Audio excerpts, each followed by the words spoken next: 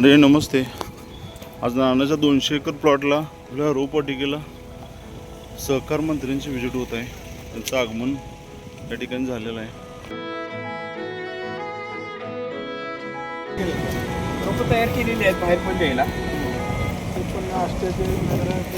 प्रत्येक लोकनियुक्त नगरातील मंदिर मोठे बघ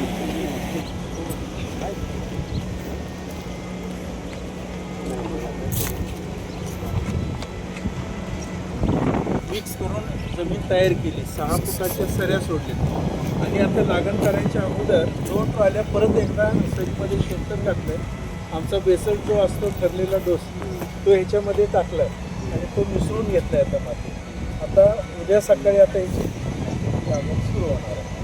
आता ही पॉवर सिस्टीम केल्यासाठी वरती युडी स्प्रिंकलर आहे. त्या संपूर्ण एकरामध्ये हे बसवलेलं 30 बसलेलं आहे. टेम्परेचर कंट्रोल करणे आणि महत्त्वाचं म्हणजे ह्युमिडिटी कंट्रोल करण्यासाठी आहे.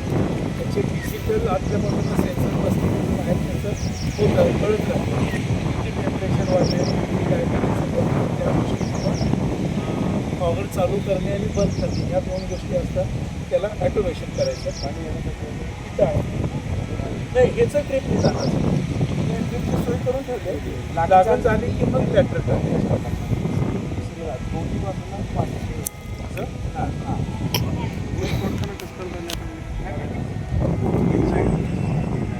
ते कमी अंतराचं असेल तर अडकतं. 6 फुटाचं असेल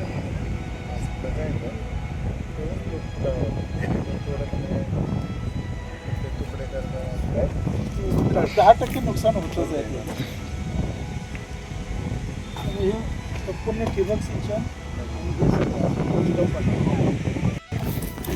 आमच्या सिद्धेश्वराने ती पद्धत केली होती. हारगुच्छ द्यायच्या ऐवजी रोपं द्यायची सगळ्यांना.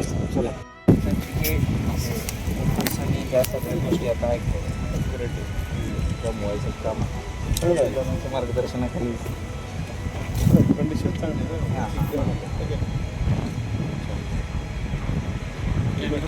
केल्यामुळे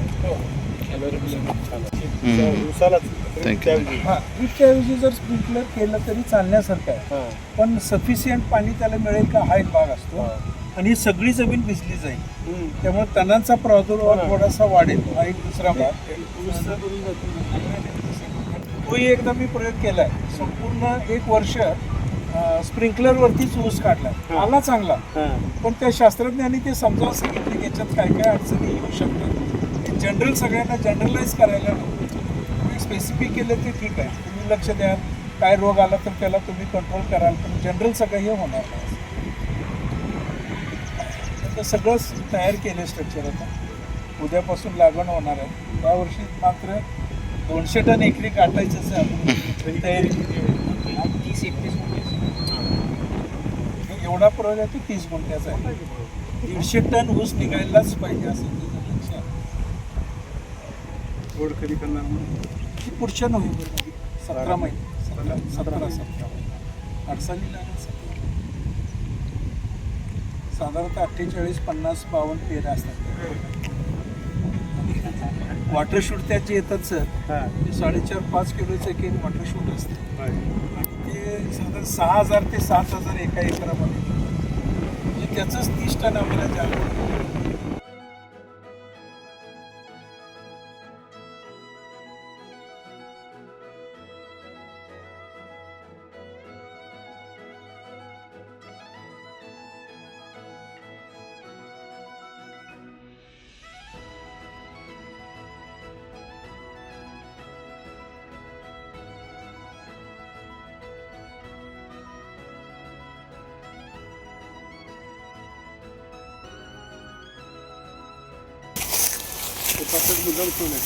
ते आता बी तोडायला लागले.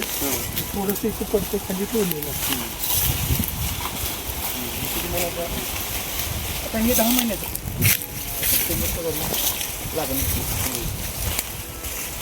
बियाणासाठी तयार केली. फर्स्ट स्टेज आहे. पाडेगावचं आम्ही लावलेलं त्याच्यानंतर सर्टिफाईड झालं. आता त्याच्यानंतर लावलेलं फर्स्ट स्टेजचं बियाणं. असं 8 एकर बियाणं आहे आणि हे सगळं ह्याला जाते. त्याला AI आहे. ॲटोमेटिकेशन आहे. अजिबात बघायचं नाही त्याला, सगळं कंट्रोल्ड आहे. खताच्या टाक्या वगैरे सगळ्या तयार केलेल्या आहेत, आपोआप खतं जाणं वगैरे सगळं केलेलं आहे.